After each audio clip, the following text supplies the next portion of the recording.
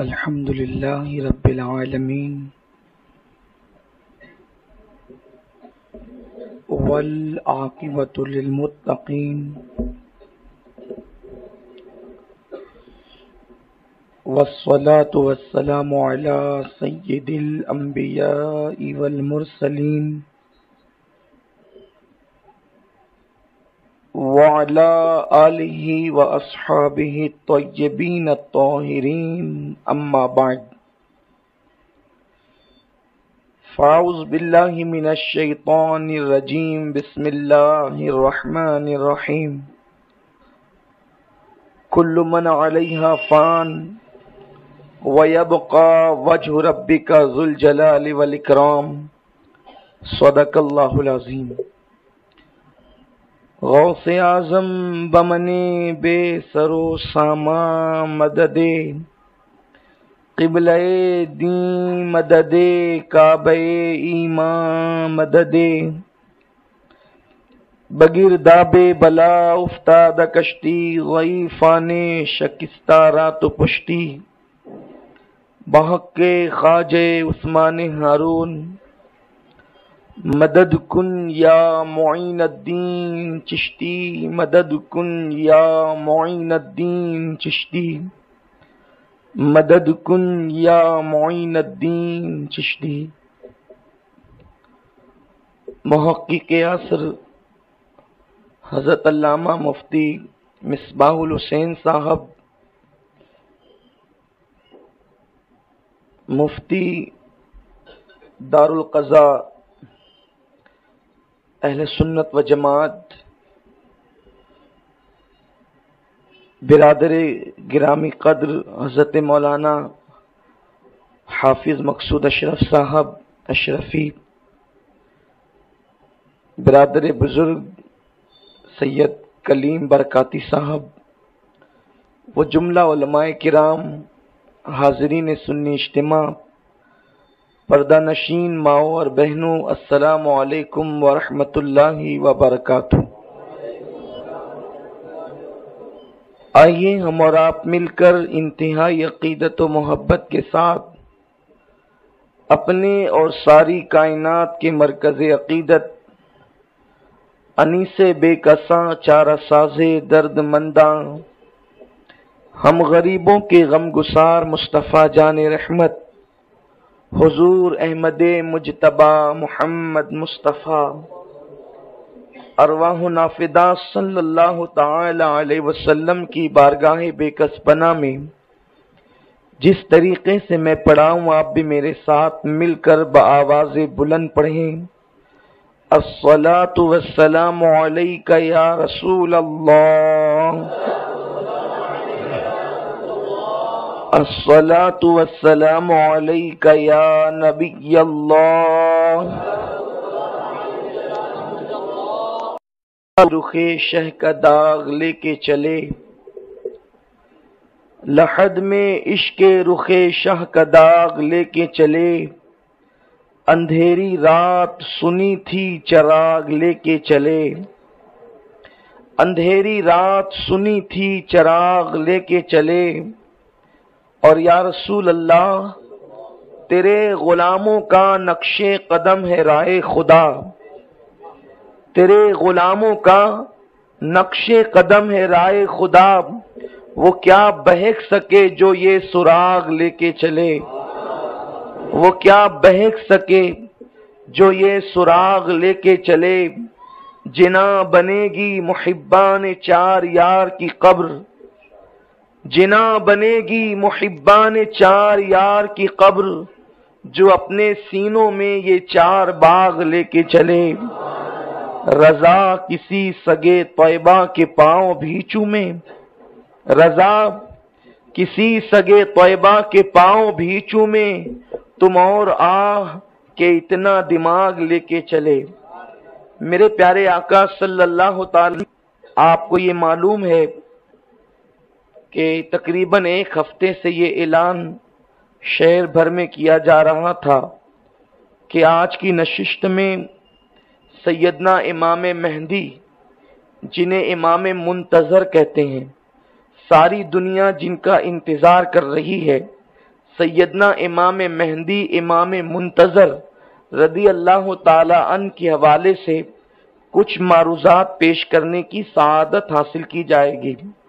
اور ظاہر سی بات ہے کہ آپ جانتے ہیں کہ جہاں پر جناب موسیٰ علیہ السلام کا ذکر ہوگا تو فرعون کا ذکر خود بخود آ جائے گا، جہاں پر امام حسین علی جدی علیہ السلام کا ذکر ہوگا تو یزید کا ذکر خود بخود آ جائے گا، تو جناب ابراہیم علیہ السلام کا جہاں پہ ذکر ہوگا وہاں نمرود کا ذکر خود بخود آ جائے گا، جہاں آدم علیہ السلام کا ذکر ہوگا وہاں شیطان کا ذکر خود بخود آ جائے گا، کیونکہ جب تک کہ رات کا تذکرہ نہیں کیا جائے اس وقت تک دن کی اہمیت پتہ نہیں چلتی، جب تک کہ کفر کی تاریکی بتائی نہ جائے اس وقت تک ایمان کے نور کی اہمیت لوگوں کو معلوم نہیں ہوتی، جب تک کہ باطل کا بطلان ثابت نہ کیا جائے اس وقت تک کہ حق سے لوگوں کو مکمل طور پر آگاہی نہیں ہوتی۔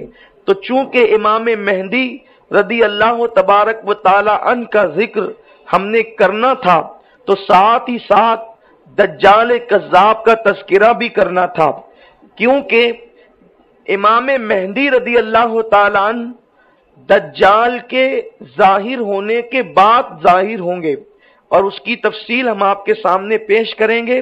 اس سے پہلے امام مہدی کا ظہور کیوں ہوگا اور امام مہدی کا ظہور کس علاقے میں ہوگا، کس سبب سے ہوگا، وہ ساری باتیں پیش کرنے کے لیے ایک چھوٹی سی تمہید کی ضرورت ہے۔ میرے پیارے آقا صلی اللہ علیہ وسلم کے پیارے دیوانوں، میں آپ کے ذوق پر آپ کو مبارکباد پیش کرتا ہوں کہ شہر مالیگاؤں کے لوگ مرکز کے اجتماع میں شاید اتنی جلدی نہیں پہنچتے، لیکن آج آپ کا جلدی اور اتنی تعداد میں پہنچنا یہ اس ذوق کی شہادت دیتا ہے کہ آپ کے اندر علم سیکھنے کا جذبہ آج بھی موجود ہے۔ میرے پیارے آقا صلی اللہ علیہ وسلم کے پیارے دیوانوں، اور آپ جان رہے ہیں، آپ کو پتا ہے کہ یہ عنوان کیوں منتخب کیا گیا، آج کی نشست کا یہ عنوان کیوں رکھا گیا۔ اس کی وجہ یہ ہے کہ آندھرا پردیش میں، مہاراشٹر کے بمبئی علاقے میں، اسی طرح سے کرناٹک میں، اسی طرح اور علاقوں میں، بلکہ عرب شریف میں بھی، اور اسی طرح سے ہمارے پڑوس کے ملک پاکستان میں بھی الگ الگ انسان کھڑے ہوتے ہیں، اور کوئی کبھی کھڑے ہو کر کہتا ہے کہ میں امام مہدی ہوں، میں امام مہدی ہوں، حالانکہ کہنے والے کہتے ہیں کیا پدی اور پدی کا شوربہ، یہ حالات ہیں، لیکن لوگ اپنے آپ کو مہدی کہتے ہیں۔ کبھی تو لوگ خود بخود کوئی سٹیایا ہوا دماغ مہدی ہونے کا دعویٰ کر دیتا ہے، یا کبھی کچھ لوگ جو ہے وہ کسی کو کھڑا کر دیتے ہیں، یا بالخصوص یہ یہود و نصارہ کی سازش ہے کہ یہود و نصارہ یہ چاہتے ہیں کہ ہر دن مسلمان ایسے مسائل کے اندر الجھ جائے، ایسے مسائل اور فتنوں میں پھنس جائے کہ ہم نے ان کے لیے تباہی کے جو جال بچھا رکھے ہیں، مسلمان آپس میں لڑتے رہیں مسائل کی بنیاد پر، اور ہم نے جو ان کو تباہ کرنا ہے اس تباہی کی ان کو خبر بھی نہ ہو، اور اس طریقے سے ہم اپنے جو ہے وہ باطل منصوبوں میں کامیاب ہوتے چلے جائیں۔ اس لیے کہ یہود و نصارہ کی عادت یہ ہے کہ اسلام کی آمد کے بعد سب سے زیادہ نقصان اگر کسی قوم کو پہنچا ہے تو یہود و نصارہ کو پہنچا ہے، اور وہ اول دن سے اسلام کے دشمن ہیں، اسلام کو نقصان پہنچانا چاہتے ہیں۔ میرے پیارے آقا صلی اللہ علیہ وسلم کے پیارے دیوانوں، اور سنی دعوت اسلامی کا یہ سر امتیاز ہے، جب بھی جیسی ضرورت پڑی سنی دعوت اسلامی نے اس ضرورت کو پورا کرنے کی کوشش کی، جب عمل کی اصلاح کی ضرورت پڑتی ہے تو سنی دعوت اسلامی کے مبلغین اعمال کے حوالے سے گفتگو کرتے ہیں، اور جب عقیدے کی اصلاح کی ضرورت پڑتی ہے تو سنی دعوت اسلامی کے مبلغین عقائد کے حوالے سے گفتگو کرتے ہیں۔ میں کوئی محقق نہیں ہوں، لیکن یہاں پر محققین بیٹھے ہوئے ہیں، اور میں اپنی بساط پر گفتگو کروں گا، اگر میں غلطی کروں تو امید ہے کہ ہمارے علماء میری اصلاح فرمائیں گے، اور میں ان کا ممنون ممنون و مشکور ہوں گا۔ میرے پیارے آقا صلی اللہ علیہ وسلم کے پیارے دیوانوں، امام مہدی کا ظہور جو ہوگا وہ بالکل قیامت کے قریب ہوگا، اور قیامت کی بڑی نشانیوں میں سے ایک نشانی امام مہدی کا ظہور ہے۔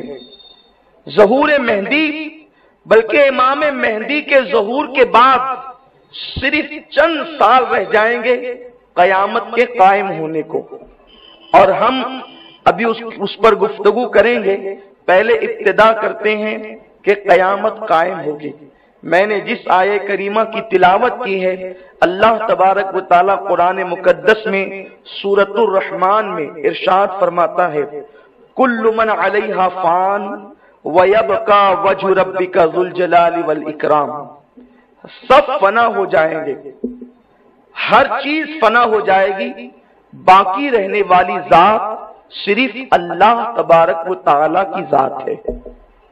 میرے پیارے آقا صلی اللہ علیہ وسلم کے پیارے دیوانوں، قرآن مقدس نے وضاحت کے ساتھ بیان کر دیا، سب فنا ہوں گے، کچھ باقی نہیں رہے گا، نہ زمین، نہ آسمان، نہ چاند، نہ سورج، نہ ستارے، نہ سیارے، نہ انسان، نہ جن، کوئی چیز نہیں۔ زمین بھی فنا ہوگی، آسمان بھی فنا ہوں گے، ستارے بھی فنا ہوں گے، سیارے بھی فنا ہوں گے، سب فنا ہو جائیں گے۔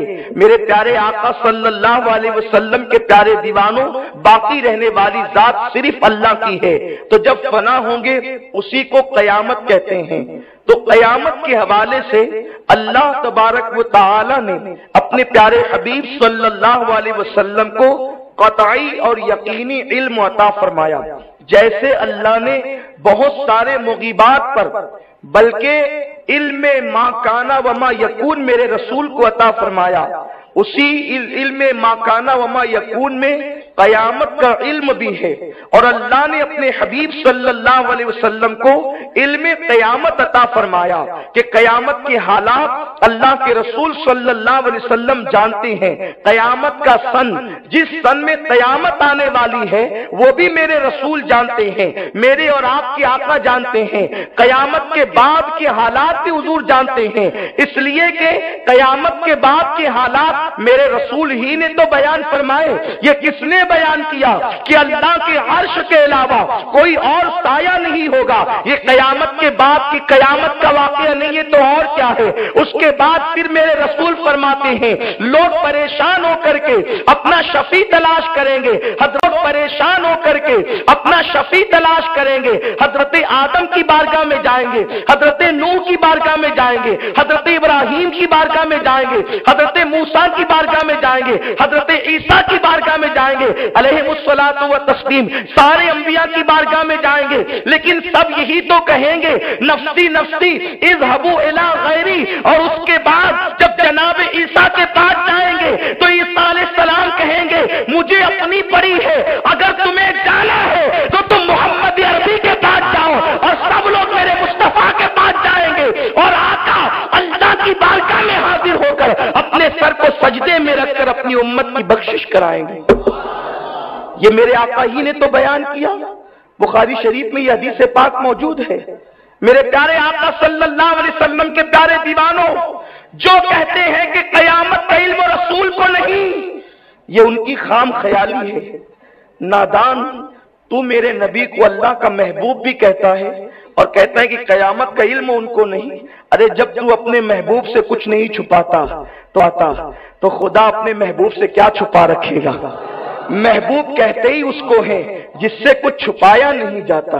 اللہ اکبر، وہ ایسا باغیرت رب ہے کہ اس نے سب سے اپنے آپ کو چھپایا، سب سے چھپایا، سب سے چھپایا، بہت قریب رہنے والے مرغ سدرہ سے بھی چھپایا، بلکہ جس عرش پر استوا کے فرمان جاری کیے اس عرش سے بھی چھپایا، اور جس سے کلام کیا، میٹھی میٹھی باتیں کی، تنہائی میں بلا کر جب اس کلیم نے کلام کرتے کرتے کلام کی لذت کو محسوس کیا تو دل میں خیال آیا جس کے کلام کی لذت کا یہ عالم ہے اس کے جمال کی لذت کا عالم کیا ہوگا۔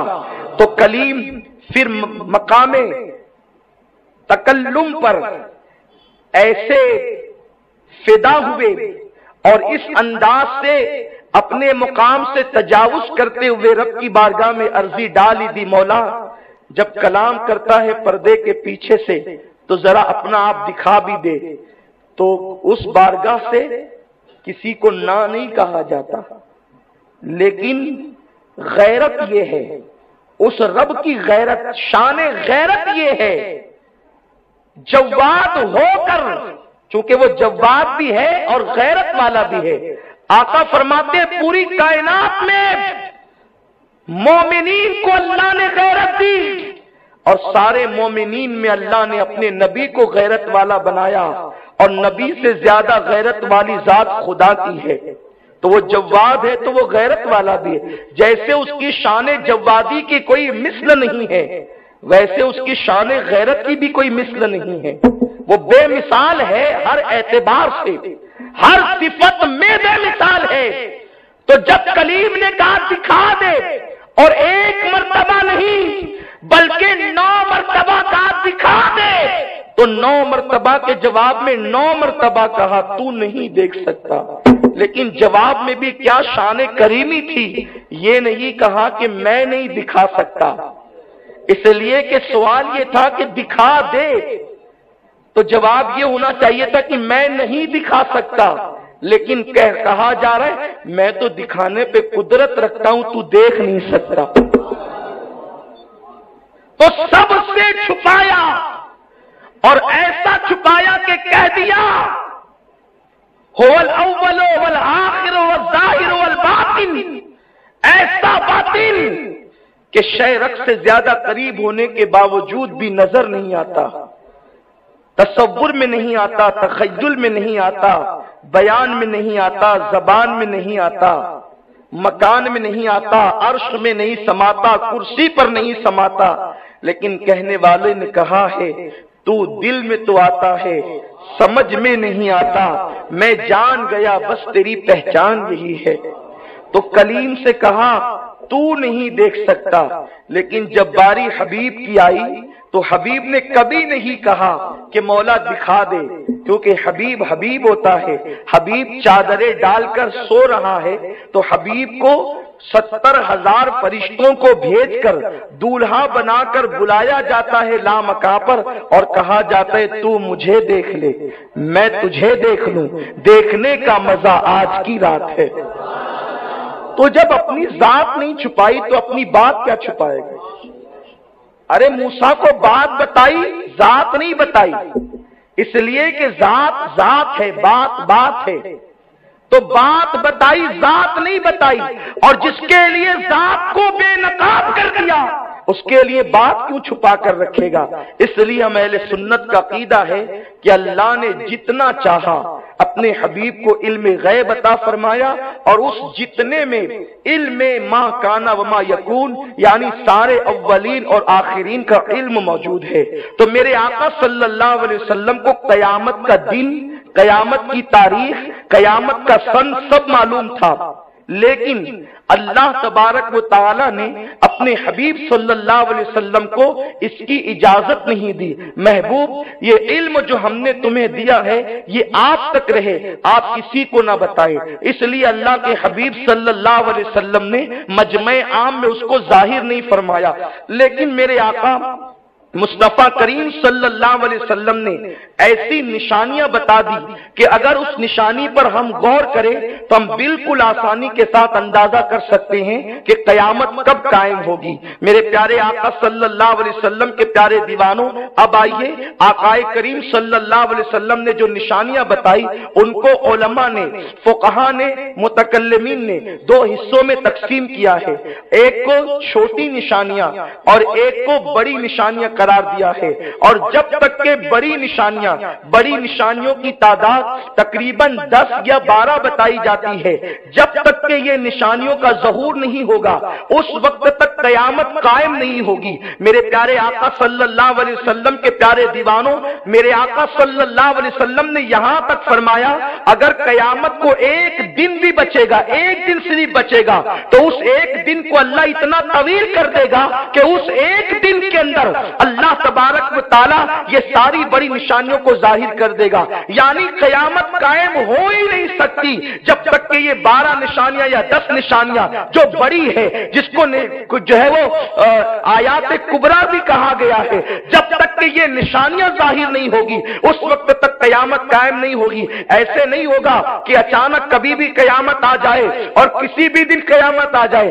اکثر لوگ کوئی پمفلیٹ نکال دیتا ہے کہ فلاں صاحب فلاں جگہ سو رہے تھے اور انہوں نے خواب میں دیکھا کہ اللہ کے رسول تشریف لائے اور کہنے لگے کہ قیامت آنے والی اور فلاں وقت آنے والی ہے اور اس کو چھاپ کر کے بانٹو, جو بانٹے گا وہ کروڑ پتی بن جائے گا. اس نے نہیں بانٹا تو اس کا بیٹا مر گیا, اس کا بھائی مر گیا, اس کا یہ ہو گیا, اس کا اتنے لاکھ کا نقصان ہو گیا. اور میری قوم کا حال تو یہ ہے کہ جہاں پیسوں کی بات آئے پھر وہ ناجائز دیکھے نہ ناجائز دیکھے, بس آنا کدھر سے چاہیے, یہ قوم کا حال ہے. اور پھر وہ سلسلہ شروع ہو جاتا ہے پمفلیٹ بٹنے کا, اور پھر جب بعد میں خبر آتی ہے تو پتا چلتا ہے بھائی یہ ناجائز کام ہے, یہ کرتے کیوں ہو. کہ ہمارے لیے اب کسی پمفلیٹ کی ضرورت نہیں ہے, ہمارے لیے اللہ کا قرآن اور مصطفیٰ کی حدیث کافی ہے, ہمارے بزرگوں کا نقش قدم کافی ہے. اب ہمیں کسی پمفلیٹ کی ضرورت نہیں ہے.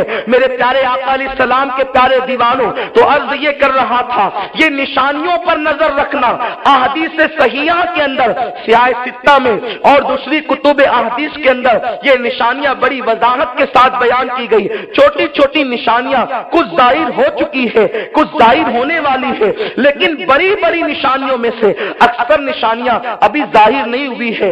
جب تک وہ ظاہر نہیں ہو جائے اس وقت تک امام مہدی کا تصور نہیں کیا جا سکتا, اس وقت تک قیامت کا تصور نہیں کیا جا سکتا. آئیے وہ چھوٹی نشانیاں کون کون سی ہے ذرا اس کا ایک جائزہ لے لیتے ہیں. ایک فہرست میں پیش کر دیتا ہوں تاکہ آپ اپنے گھروں تک بھی یہ بات پہنچائیں, کیونکہ ہم لوگ یہ دیکھ رہے ہیں کہ واٹس ایپ پر جو ہے لوگ چھوٹی چھوٹی کلپیں, یہ فلاں صاحب مہندی بن کر آ گئے اور وہ فلاں صاحب یہ بن کر آ گئے اور وہ فلاں صاحب یہ بن کر آ گئے, اس سے یہ باتیں عام ہوتی ہے اور ان کی گفتگو کے اندر اس طریقے سے ہارڈ گفتگو ہوتی ہے, لہجہ ایسا ہوتا ہے کہ آدمی مرعوب ہو جاتا ہے. کیونکہ جو شوبدہ باز لوگ ہوتے ہیں وہ بڑے کرتب جانتے ہیں, وہ سادگی نہیں جانتے, کیونکہ وہ پالتو ہوتے ہیں, وہ تیار کیے ہوتے ہیں. ان کو باضابطہ طور پر جھوٹ کو بولنے پر اور دروغ گوئی کی تربیت دی جاتی ہے تاکہ انسان متاثر ہو جائے, اور پھر عورتیں زیادہ متاثر ہوتی ہے. میرے پیارے آقا علیہ السلام کے پیارے دیوانوں, بلکہ میرے آقا نے یہاں تک فرمایا کہ جب دجال نکلے گا تو سب سے زیادہ دجال کا کوئی پیروکار ہوگا تو وہ عورتیں ہوں گی. عورتیں بہت جلدی کسی بھی پروپیگنڈے سے متاثر ہوتی ہیں, اس لیے ہماری گفتگو ان تک پہنچائی جائے اور آپ بھی دل کے کانوں سے سنیں. یہ جو چھوٹی چھوٹی نشانیاں ہیں اس کا ذکر کرتے ہیں. پہلی نشانی یہ ہے علم اٹھ جائے گا, علم اٹھا لیا جائے گا. علم اٹھانے کا مطلب یہ نہیں کہ علماء ختم ہو جائیں گے, علماء رہیں گے لیکن اس صلاحیت کے نہیں رہیں گے. عالم سیدی اعلی حضرت امام احمد رضا خان محدث بریلوی جیسا عالم ابھی زیادہ نہیں, صرف 1 صدی گزری ہے. ہم چراغ لے کر نہیں بلکہ سورج لے کر تلاش کریں تو ایسا عالم نظر نہیں آتا. اعلی حضرت کے زمانے میں آپ امام مالک, امام احمد ابن حنبل جیسا عالم تلاش کریں آپ کو نظر نہیں آئے گا. اور جیسے جیسے زمانہ آگے بڑھتا جائے گا علم اٹھتا جائے گا. عالم کہلانے والے تو بہت ہوں گے لیکن علم اتنا نہیں ہوگا. پہلے لوگ 18 سال پڑھتے تھے, 25 سال پڑھتے تھے, 50 سال پڑھتے تھے, پھر بھی ان کے نام کے آگے علامہ لکھا ہوا نہیں ہوتا تھا. آپ نے کبھی نہیں پڑھا ہوگا علامہ خواجہ عثمان ہارونی, علامہ معین الدین چشتی. یہ وہ لوگ ہیں جنہوں نے آدھی زندگی پڑھنے پڑھانے میں گزار دی, بلکہ یہ وہ علماء تھے جس پر نگاہ ڈالی اس کو عالم بنا دیا. لیکن آج 3 سال 4 سال 5 سال پڑھتے ہیں تو بڑے بڑے القابات ہوتے ہیں. میں کسی پر طنز نہیں کر رہا ہوں, لوگ جو ہیں وہ بلکہ ناظم لوگ خاص طور پر جس کو چاہے علامہ بنا دے، اور آج تو علامہ اور مولانا کی اصطلاح اتنی آسان ہے، جس کو داڑھی رکھ کے دیکھی تو پبلک کہتے ہیں مولانا صاحب آپ یہ نہ کریں، یعنی ہر داڑھی والا مولانا ہو گیا۔ یہ حالات ہیں تو علم اٹھ جائے گا، یعنی کہ علم کا وہ تبحر، علمی صلاحیت، علم کا وہ معیار لوگوں کے پاس نہیں رہے گا۔ یہ قیامت کی نشانیوں میں سے ایک نشانی ہے کہ علم اٹھا لیا جائے گا، اور اس کے بعد قیامت کی دوسری نشانی یہ ہے کہ جہالت کی کثرت ہوگی، جہل کی کثرت ہوگی، لوگ جاہل ہوں گے، علم سے ناواقف ہوں گے، علم سے عاری ہوں گے۔ آج آپ دیکھ لیں قوم کی جہالت کا عالم یہ ہے کہ لوگ قرآن پڑھنا نہیں جانتے۔ ارے قرآن پڑھنا تو اپنی جگہ ہے، لوگ استنجا کرنے کی سنتیں بھی نہیں جانتے، لوگ طہارت کے مسائل بھی نہیں جانتے۔ جہالت کا عالم یہ ہے، لوگوں کو نماز پڑھنے کا طریقہ بھی نہیں معلوم۔ یہ قیامت کی نشانیوں میں سے نشانی ہے۔ تیسری نشانی قیامت کی یہ ہے کہ زنا کی زیادتی ہوگی، اور لوگ اس بے حیائی کے ساتھ، ایسی بے حیائی کے ساتھ زنا کریں، جفتی کھاتے ہیں۔ اللہ اکبر، گدھے جس طریقے سے جفتی کھاتے ہیں اس طریقے سے لوگ زنا کریں گے، یعنی گدھے جہاں کھڑے ہوتے ہیں وہاں شروع ہو جاتے ہیں، اسی طریقے سے لوگ عورتوں کے ساتھ زنا کریں گے۔ زنا کی کثرت بڑھ جائے گی، عورتوں کی کثرت زیادہ ہو جائے گی تو زنا کی کثرت بڑھے گی، کیونکہ عورتیں اتنے پتلے پتلے اور باریک باریک لباس پہنے گی کہ کپڑے پہننے کے بعد بھی گویا کہ وہ ننگی رہے گی، ان کا جسم نظر آئے گا، وہ بالوں کی نمائش کرے گی، وہ حسن کی نمائش کرے گی، وہ آدھی آستینوں کے کپڑے پہنے گی، ان کے بدن کا نشیب و فراز جو ہے وہ نظر آئے گا، تو اس کی بنیاد پر زنا کی کثرت بڑھ جائے گی۔ آج آپ دیکھ لیں میرے رسول نے جو سروے رپورٹ پیش کی ہے، آج تم اپنی ماتے کی آنکھوں سے دیکھ لو، بیٹیوں کے بدن کا لباس اگر باپ میں حیا ہے اور باپ میں غیرت ہے تو نگاہیں جھک جاتی ہے۔ ایک بیٹی اتنا پتلا اور باریک لباس پہن کر سامنے آ جاتی ہے باپ کے کہ باپ کی نگاہ شرم سے جھک جانی چاہیے، لیکن آج کا بے غیرت باپ بیٹی کو اسی پتلے لباس میں دیکھ کر مسکراتا ہے۔ اگر کوئی عالم کہے تو لوگ کہتے ہیں یہ مولویوں کو کیا سمجھتا ہے، آج تو ترقی کا زمانہ ہے، آج تو ٹیکنالوجی کا زمانہ ہے، آج تو عروج کا زمانہ ہے۔ ظالموں، ننگا ہو جانا عروج نہیں ہے، حیا میں ڈوب جانا اس کا نام عروج ہے۔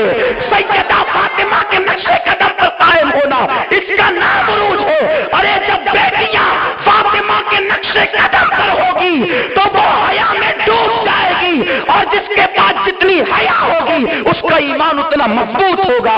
جب مائیں فاطمہ کی طرح نہیں ہو سکتی، کردار فاطمہ لیے ہوئی ہوگی تو بیٹا حسین کی طرح تو نہ ہوگا، لیکن کردار حسین لے کر ضرور پیدا ہوگا۔ میرے پیارے آقا علیہ السلام کے دیوانوں، آج زنا کی کثرت ہو چکی ہے۔ آپ جن کی شرافت پر قسم کھا سکتے ہیں ایسے لوگ زنا کرتے ہوئے پکڑاتے ہیں، اللہ محفوظ رکھے۔ الیاذ باللہ، نکاح کو اتنا مشکل کر دیا گیا ہے کہ زنا آسان ہو گیا۔ لوجوں میں زنا، کارخانوں میں زنا، کھیتوں میں زنا، مکانوں میں زنا، دکانوں میں زنا، پارکوں میں زنا، سمندر کے کنارے زنا۔ اب تو زنا کے لیے باضابطہ طور پہ کلبیں کھل گئی ہے، اور اب تو دنیا کی حکومتیں یہ قانون پاس کر رہی ہے، اگر لڑکی لڑکا دونوں راضی ہیں تو دونوں ایک ساتھ زنا کہیں بھی کبھی بھی کر سکتے ہیں، ان پر کوئی آبجیکشن نہیں لے سکتا۔ میرے رسول غیب کا نبی نے فرمایا تھا زنا کی کثرت ہوگی، آج زنا کی کثرت ہے۔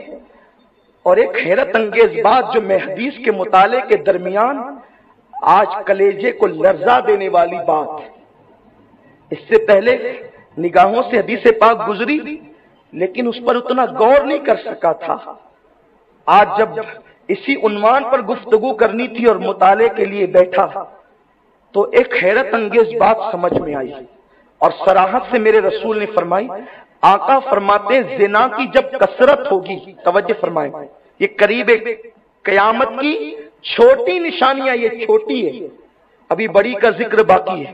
جب قیامت قریب ہوگی زنا کی کثرت ہوگی، اور جب زنا کی کثرت ہوگی تو اکثر مردوں کے بچے، اکثر، میرے رسول فرما رہے اکثر، اقلیت میں نہیں، اکثر لوگ سوچیں گے کہ یہ اولاد میری ہے، لیکن اس کی اولاد دوسروں کی ہوگی.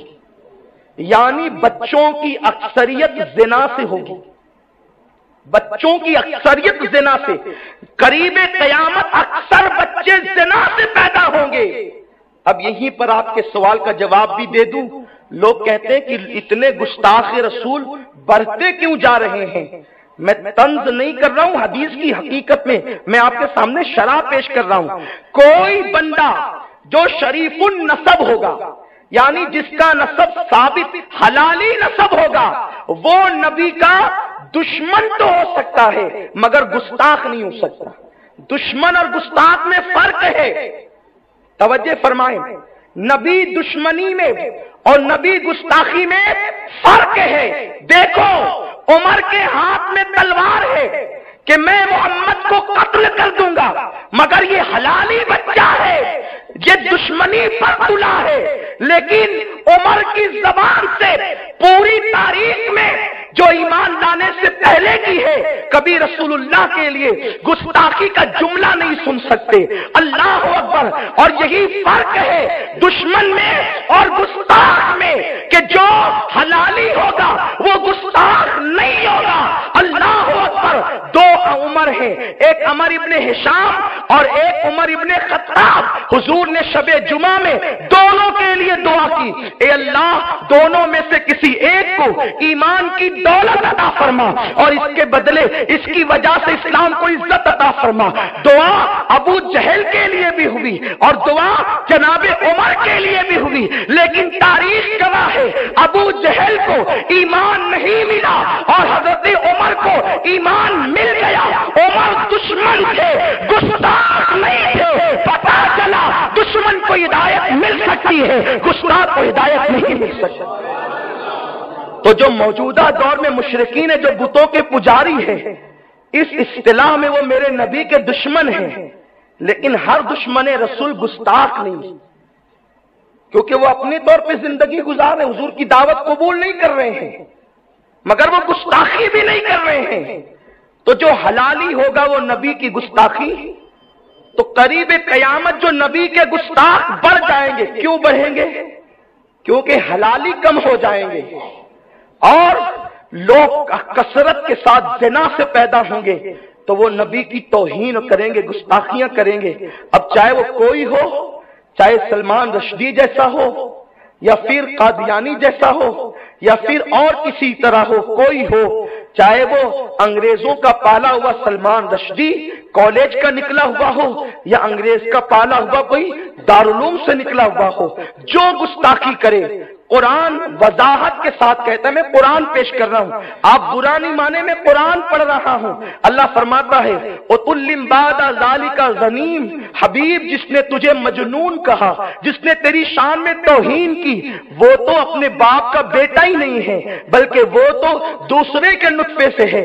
اور مولوی اشرف علی تھانوی صاحب نے ترجمہ یہ کیا، میں ان کا ترجمہ پڑھ رہا ہوں. تھانوی صاحب لکھتے ہیں کہ حبیب جس نے تیری توہین کی وہ تو حرامی بچہ ہے. انہوں نے یہ لکھا، حالانکہ اعلیٰ حضرت نے جو ترجمہ کیا ترجمے کی ندرت پہ قربان جائے، بات بھی کہی اور قلم کی لاج بھی رکھی، قرآن کے تقدس کو بھی سامنے رکھا. کہتے ہیں حبیب جس نے تیری توہین کی اس کی اصل میں خطا ہے، اس کی یہ امام احمد رضا کا انداز ہے، یہ ان کا علم ہے، یہ ان کی علمی طہارت ہے، یہ ان کے قلم کی ندرت ہے کہ اس کی اصل میں خطا ہے. چاہے وہ کہہ لو چاہے یہ کہہ لو، دونوں ہم مانا ہے، لیکن قرآن کو کے ترجمے کو ملحوظ رکھتے ہوئے امام نے لکھا. تو بہرحال آقا فرماتے زنا کی کثرت ہوگی. آج زنا کی کثرت ہے. یہاں ایک پیغام دے کر کے پھر اپنی گفتگو کو آگے بڑھانا چاہتا ہوں. میرے پیارے آقا صلی اللہ علیہ وسلم کے پیارے دیوانوں، والوں یاد رکھیں، آج یہ جو کثرت زنا بڑھ رہا ہے، زنا کی کثرت بڑھ رہی ہے، اس کی وجہ یہ ہے کہ بیٹیاں بے پردہ گھوم رہی ہے، بچیاں جو ہے وہ پتلے اور باریک لباس پہن رہی ہے۔ معاذ اللہ، آج ایک بھائی اپنی بہن کے لیے انٹرنیٹ کا کنیکشن لا کر کے دیتا ہے، ایک شوہر اپنی بیوی کے ہاتھ میں موبائل لا کر کے دیتا ہے، اور پھر معاذ اللہ وہ سب کچھ نتائج سامنے ہیں جس کا ہم تصور نہیں کر سکتے۔ میرے آقا نے 14.5 صدیاں پہلے جو پیشن گوئی فرمائی تھی، جو غیب کی خبر عطا فرمائی تھی، آج لوگ اس کو ماتھے کی آنکھوں سے دیکھ رہے ہیں۔ اس لیے بے پردگی کا خاتمہ کرو، بے پردگی سے بیٹیوں کو بچاؤ، بے پردگی سے بہنوں کو بچاؤ، باریک اور پتلے لباس کا بائیکاٹ کرو، کیونکہ میرے آقا نے ارشاد فرمایا یہاں پر بہت سے بھائی بھی ہیں جن کی بہنیں ہوگی، یہاں کچھ شوہر ہیں جن کی بیویاں ہوگی، بہت سارے باپ ہیں جن کی بیٹیاں ہوگی۔ ہر ماں باپ ذمہ دار، ہر بھائی ذمہ دار، ہر شوہر ذمہ دار۔ میرے آقا فرماتے ہیں جس شوہر کی بیوی، جس باپ کی بیٹی، جس بھائی کی بہن بے پردہ بازاروں میں گھومتی ہے، پتلے اور باریک لباس پہنتی ہے اور وہ منع نہیں کرتے، ایسے لوگ دیوس ہے، اللہ نہ ان کی نمازیں قبول کرتا ہے نہ ان کی دعائیں قبول کرتا ہے۔ آپ کی بہن بے پردہ گھوم رہی ہے، آپ کی دعا قبول نہ ہوگی اگر آپ نے منع نہیں کیا، آپ نے اس کو سمجھایا نہیں، آپ کی عبادت قبول نہیں ہوگی۔ اگر عبادت کی قبولیت چاہتے ہیں، اگر عبادت کو مقبول بنانا چاہتے ہیں، یاد رکھنا نماز تو پڑھتے ہو مگر نماز کے ساتھ ساتھ نماز کی قبولیت کی فکر بھی تو کرو، نماز کی قبولیت کے حوالے سے کوشش بھی تو کرو۔ بیٹیاں بے پردہ گھومیں۔ آج معاذ اللہ اسکول اور کالجز سے جو ٹرپ جاتی ہے تفریح کے لیے، بیٹیوں کو اکیلا بھیج دیا جاتا ہے۔ کبھی بیٹیاں خلد آباد جا رہی ہے، کبھی پونا مہابلیشور جا رہی ہے، کبھی بمبئی گھومنے جا رہی ہے۔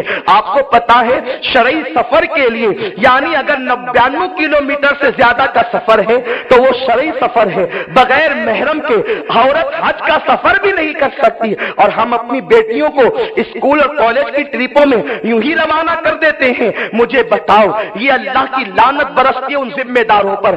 اس لیے اے میرے پیارے آقا علیہ السلام کے پیارے دیوانوں، اللہ سے ڈرو، اپنی فکر کو تبدیل کرو۔ مومن حالات کے تقاضے کے تحت اپنے آپ کو نہیں بدلتا، مومن حالات کو بدل دیتا ہے لیکن قرآن و سنت پر قائم رہتا ہے۔ میرے پیارے آقا علیہ السلام کے پیارے دیوانوں، تو بہت گفتگو لمبی نہ ہو جائے اس لیے میں اشارے دے کر آگے بڑھتا ہوں کہ آقا فرماتے ہیں کہ زنا کی کثرت ہوگی اور کثرت کے ساتھ زنا سے بچے پیدا ہوں گے۔ جب زنا بڑھے گا تو بچے بھی کثرت سے زنا سے پیدا ہوں گے۔ اور ایک بات یہاں بتا دوں، ہندوستان کی سرزمین پر تو کچھ لوگوں کا منصوبہ یہ ہے کہ مسلمانوں کو اس طریقے سے ذلیل کیا جائے کہ مسلم بچیوں کے شکم میں غیروں کے بچے پرورش پائے۔ اس مشن کو برسوں سے پھیلایا جا رہا ہے اور معاذ اللہ ہماری بچیاں آج اللہ اکبر غیر لڑکوں کے ساتھ اسکول اور کالجز میں افیئر کا شکار ہوتی ہے اور معاذ اللہ پھر اپنا سب کچھ کھو دیتی ہے۔ میں نہیں کہتا اسکول نہ پڑھاؤ، میں نہیں کہتا کالج نہ پڑھاؤ، میں نہیں کہتا یونیورسٹی نہ بھیجو، سب کرو لیکن اسلام کے قانون کی پابندی کے ساتھ کرو، پردے کی پابندی کے ساتھ کرو۔ اپنی بیٹیوں کے اندر غیرت فاطمی پیدا کر دو۔ اور سیدہ فاطمہ کے بارے میں آپ سن چکے ہیں، فاطمہ الزہرا سلام اللہ علیہا کی غیرت کا عالم یہ تھا کہ آپ کے سر کے دوپٹے کو بھی کبھی چاند و سورج نے نہیں دیکھا، اسی کو امام کہتے ہیں جس کا آنچل نہ دیکھا مو محل نے، اس ردائے نداہت پہ لاکھوں سلام۔ اس لیے میرے پیارے آقا کے پیارے دیوانوں، اللہ اس لعنت سے ہمیں بچائے۔ پھر میرے آقا فرماتے ہیں مرد کم ہو جائیں گے، عورتوں کی تعداد زیادہ ہو جائے گی، حتیٰ کہ ایک ایک مرد کی سرپرستی میں 50 عورتیں ہوں گی۔ ابھی یہ پیشن گوئی پوری نہیں ہوئی۔ ہمارے علماء اور فقہاء نے بالخصوص محقق عصر حضرت علامہ مفتی فیض احمد اویسی رحمت اللہ تعالی علیہ، جو تقریباً 2000 سے زائد کتابوں کے مصنف ہے، حضور مفتی اعظمین علیہ رحمہ کے خلیفہ ہیں، آپ فرماتے ہیں کہ ابھی یہ جو پیشن گوئی غیب کی خبر یہ ظاہر نہیں ہوئی، لیکن حالات ایسے بتاتے ہیں کہ بہت جلد ایسا دور آئے گا۔ اب یہاں ایک بات عرض کر دوں کہ جب یہ چھوٹی پیشن گوئی ہے، ابھی یہ پوری نہیں ہوئی تو ابھی وہ بڑی کہاں سے پوری ہوگی؟ تو جو آج اجلت میں امام مہدی بن کر کے باہر آ رہے ہیں تو ان کو معلوم ہونا چاہیے کہ حدیث میں ایک کنڈیشن ہے، شرائط ہیں، اس کے بعد امام مہدی آئیں گے، اور امام مہدی اسی طرح اچانک ایسے نہیں آ جائیں گے، اس کی کچھ نشانیاں ہیں اور اس کے کچھ آثار ہیں، اس آثار کے مطابق آئیں گے۔ تو آج تو حالت یہ ہے کہ پورے ہندوستان میں، ہمارے ملک ہندوستان کا حال یہ کہ آج بیٹیوں کی قلت ہے۔ آج جگہ جگہ جو ہے وہ ہمارے ہندوستان کے جو حکومتی ادارے ہیں وہ یہ بورڈ لگا رہے ہیں کہ بیٹیوں کو پیدا ہونے دو، بیٹیوں کو پیدا ہونے دو، اور کل کہیں پر لکھا ہوتا آئی ملا زنم گھیو دے، ایسا کچھ لکھا ہوتا ہے، یعنی کہ ماں مجھے پیدا ہونے دے، میری پیدائش ہونے دے۔ میں مراٹھی اتنی نہیں جانتا ہوں، یہ اور بات ہے کہ پیدا مہاراشٹر میں ہوا ہوں، لیکن سمجھتا ہوں، بول نہیں پاتا ہوں، کیونکہ بے ہنر و بے تمیز کس کو ہوئے ہیں عزیز۔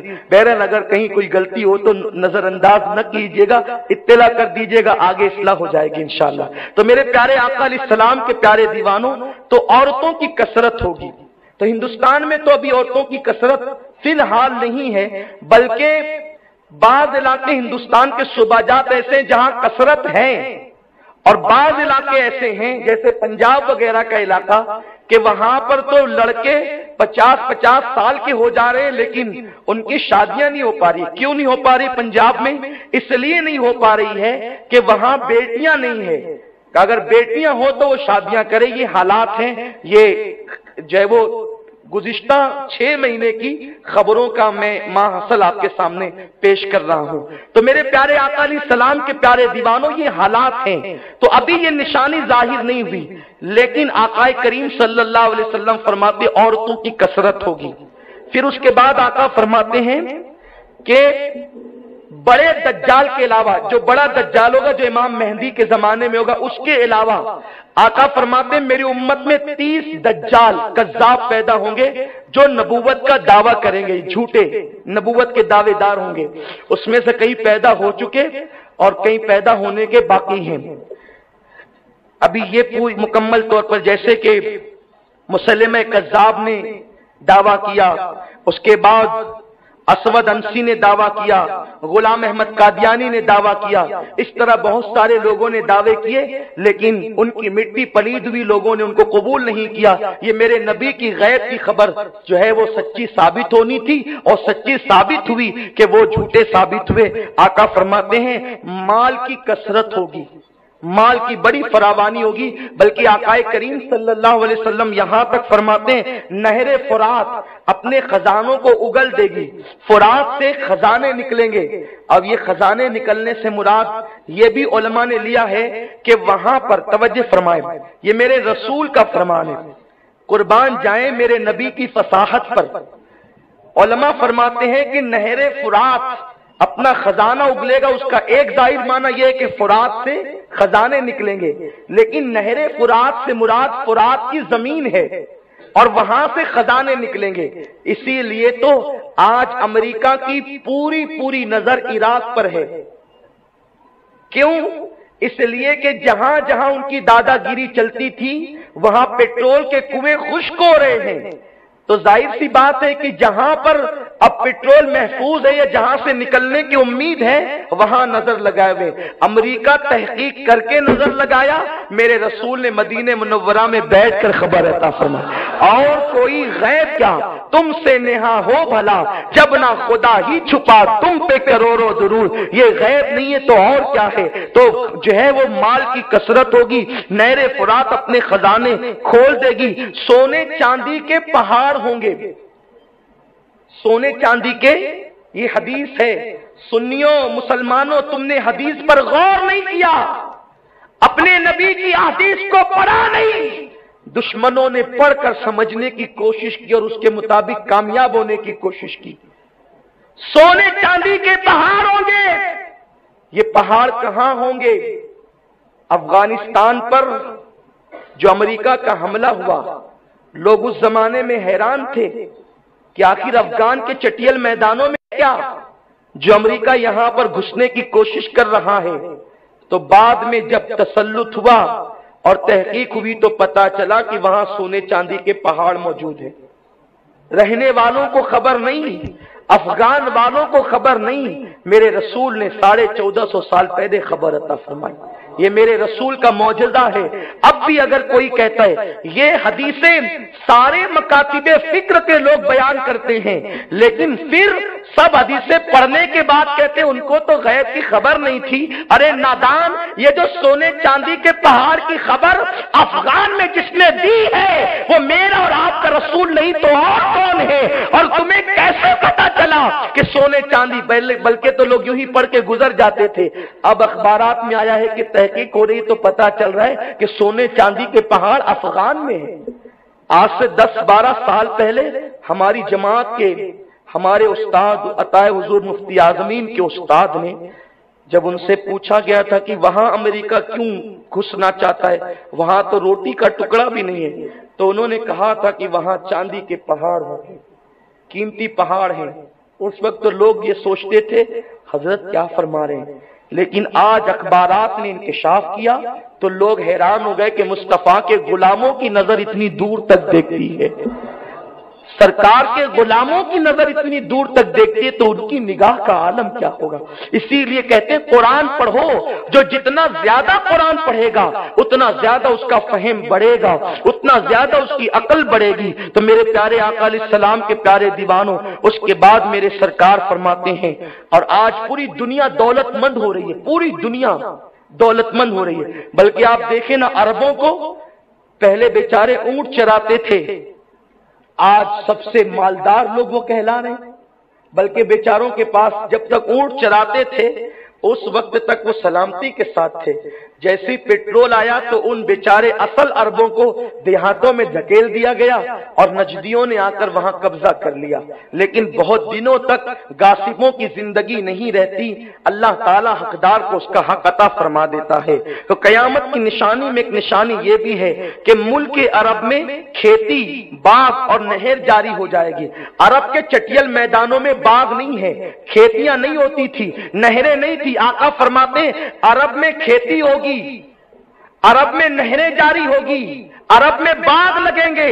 اور آپ کو حیرت ہوگی، لوگ پہلے عرفات میں جاتے تھے تو اتنی شدت کی دھوپ ہوتی تھی کہ جو لوگ حلق کراتے تھے ان کا سر دھوپ کی تپش سے جلنے لگتا تھا. لیکن آج آپ جا کر کے دیکھیں عرفات کے میدان میں جگہ جگہ نیم کے درخت لگے ہیں، ہریالی ہی ہریالی ہے. میرے رسول نے یہ بھی کہا تھا کہ عرفات میں ہریالی کا ہو جانا قیامت کی نشانیوں میں سے ایک نشانی ہے. اور آپ کو بتاؤں، اب مکے کے پہاڑوں کو کاٹ کر نہریں بنائی جا رہی ہے، نجد کے پہاڑوں کو کاٹ کر نہریں نکالی جا رہی ہے، گارڈن بنائے جا رہے ہیں، باغ ترتیب دیے جا رہے ہیں. میرے آقا علیہ السلام نے فرمایا تھا، آج وہ پیشن گوئی آپ پوری ہوتے ہوئے دیکھ رہے ہیں. اس کے بعد میرے رسول نے فرمایا دین پر قائم رہنا اتنا دشوار ہوگا جیسے مٹھی میں انگارہ لینا. یہاں تک کہ انسان قبرستان میں جا کر قبروں کے پاس بیٹھ کر کہے گا، وہ جو ایمان کی غیرت رکھتا ہو کاش کہ میں قبر کے اندر چلا جاتا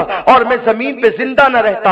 ایمان بچانا اتنا مشکل ہوگا. آج آپ دیکھیں معاذ اللہ، گستاخوں کا ٹولہ ایک طرف، فلموں کا ماحول ایک طرف، گناہوں کی گندگی ایک طرف، انٹرنیٹ کی گندگی ایک طرف، ٹی وی چینلوں کی گندگی ایک طرف، یہ سارا گندگی کا ماحول ہے. اور اس میں شریف مومن اپنے ایمان کو بچانے کے اندر بہت زیادہ پریشان ہے کہ ایمان بچے تو کیسے بچے. معاذ اللہ، انسان گھر سے یہ تصور کر کے نکلتا ہے کہ دل میں تقوی کو بسانا ہے، لیکن جو ہے وہ پکچر کے پوسٹر لگے ہیں، دکانوں پر گندی تصویروں کے بورڈ لگے ہیں. یہ ساری گندگی جو ہے وہ معاذ اللہ انسان کے ایمان کو خطرے میں ڈالتی ہے. بلکہ اللہ اکبر، میرے پیارے آقا علیہ السلام کے پیارے دیوانوں، آج دولت دے کر، ڈالر دے کر، پیسے دے کر ایمان کا سودا کرنے کی کوشش کی جا رہی ہے. مگر میرے رسول نے فرمایا کہ انگاروں کو ہاتھوں میں لینا جتنا مشکل اور دشوار ہوگا اتنا ہی دین پر قائم رہنا مشکل ہوگا۔ آقا فرماتے ہیں وقت سے برکت ختم ہو جائے گی، وقت سے برکت اٹھ جائے گی۔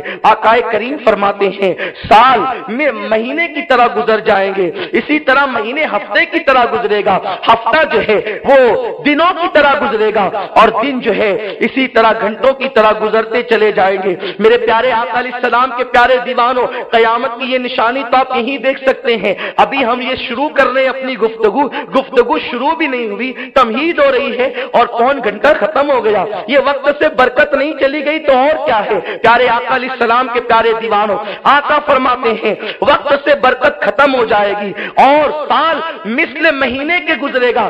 ابھی آپ نہیں دیکھتے، آپ یوں سوچتے کہ رمضان شریف تو ابھی گیا اور ابھی پھر آ رہا ہے۔ میرے پیارے آقا علیہ السلام کے پیارے دیوانوں، تو یہ وقت سے برکت ختم ہونا یہ بھی قیامت کی نشانیوں میں سے ایک نشانی ہے، یعنی وقت جلدی جلدی گزرے گا۔ اس کے بعد اب جلدی جلدی سے میں آپ تک گفتگو پہنچاؤں۔